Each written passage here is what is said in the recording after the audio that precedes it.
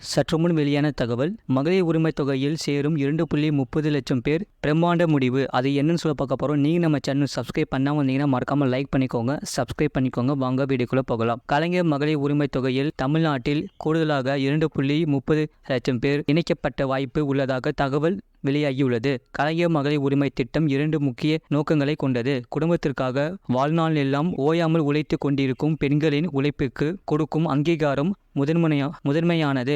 ஆண்டிற்கு 12,000 ரூபாய் உரிமைத் தொகை என்பது பெண்களின் வாழ்வாதாரத்தை மேம்படுத்தி, வாழ்க்கை தரத்தை உயர்த்தி, சமூகத்தில் சுயமரியாதையோடு வாழ்வதற்கு வழிவகுக்க வேண்டும் என்பதாகவும், பெரும்பாலும் கணக்கில் கொள்ளப்படாத பெண்களின் உழைப்பை முறையாக அங்கீகரித்திடவே பெண்களுக்கு சொத்துரிமை வழங்கி, கல்வியிலும் வேலைவாய்ப்பிலும் உள்ளாட்சி அமைப்புகளிலும் இடஒதுக்கீடு அளித்து பெண் உரிமை போற்றிட கலைஞர் அவர்களின் பெயரால் இந்த மகளிர் உரிமைத் தொகை திட்டம் அறிமுகப்படுத்தப்பட்டுள்ளது. முழு வீடியோ லிங்க் கீழே இருக்க கிளிக் பண்ணி பாருங்க.